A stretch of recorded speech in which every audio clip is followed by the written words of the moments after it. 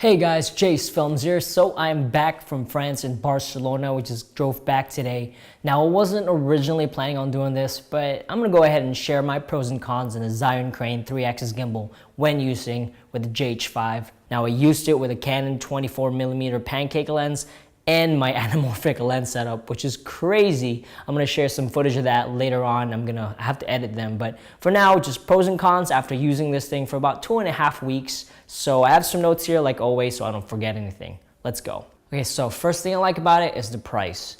And it's even better now because when I bought it, it was like $679 something. But after a week of me buying it, of course, the price dropped $100. Pissed me off. All right, so the second thing I like about this gimbal is its weight. It's so lightweight, man. I don't know, it was just real easy for me to lug around in my backpack and handheld when I'm just walking around Barcelona in France. Lightweight as hell. I don't know how they did it, but it's so lightweight, I love it. Okay, the next thing I like about it is the app. I know the apps for these things are horrible, but like the drones, like the DJIs, just be thankful you have an app. And for the most part, it just works as usual. I know a lot of people are looking for other stuff, but the app works just fine. It connects to the gimbal just fine. I have a really old phone, as you may know, so it connected to my phone just fine via Bluetooth, and everything works perfectly. So yeah, app definitely a plus. Next thing I like about this drone is balancing it. I have a video, if you haven't seen it, look in my channel. I'll put a link here or a little card here showing you when I balanced this thing, when I unboxed it or something like that, but I have a video showing you when I did it, and it's absolutely fantastic at balancing. It's so easy, so quick. It's toolless, you don't need any tools to balance it at all. So fantastic as far as balancing goes. Okay, last thing I like about this gimbal, keep saying drone, I like about this gimbal is its battery life. I never ran out of battery while I was out shooting for maybe 7 days, not 7 days, like 6 to 7 hours.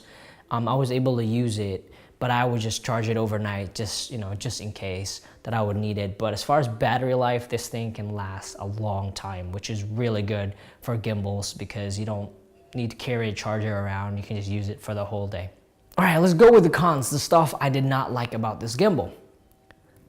Number one thing I didn't like about it was the lack of PID setting. As far as I know, this gimbal does not use Alexis Moss's chips or motors, whatever software thing. So you can't just download simple BGC and edit your PID settings manually. Now in the app, you can change the motor strength from low, medium, and high. For me, I would really love for Zhiyun crane to maybe put PID settings so you can tune them manually yourself for the advanced users, because the low, medium, and high settings of the motor was just not good enough for me. So lack of PID tuning settings is definitely a con for this gimbal. Okay, next thing is probably because of the lack of PID settings, you have to be careful with this gimbal. You can't use a super lightweight setup and super heavy. You have to find the sweet spot. The Canon 24mm was too light for it, and I was getting some jitters. It wasn't perfectly balanced. So I couldn't go with a heavier weight as well, like the Sigma 1835, because it was too heavy. So just see what lenses you have and test it out with different weights just to see which one will work better, and adjust the motor strength as well to compensate for the lens. But as far as smoothness, I was not able to get perfect smoothness from this gimbal because of my lens setup. Okay, the last thing I did not like about this gimbal was the no pitch control on the gimbal itself. When I used the Came TV single and the DJI Ronin M, you can actually move your camera up and down with the gimbal as you move it up, move it down. Now in this gimbal, you have to use the thumb controller to go up, and pan down, which was kind of annoying. I mean, I guess if you're really good with your hand-eye coordination, you can easily do that, pan up while you're moving forward and pan down or something like that. But I think for the next version, you guys should really implement that pitch up and down on the actual gimbal itself instead of using the thumb control.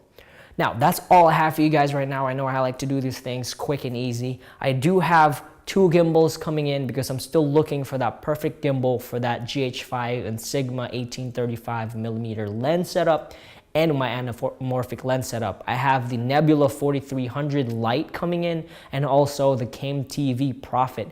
And I'm gonna be reviewing those things and maybe comparing them together and just to see which one I am gonna keep. So stay tuned for that. I have tons of videos from our friends in Barcelona trip last week. So stay tuned. If you have any questions, let me know. And thanks for watching.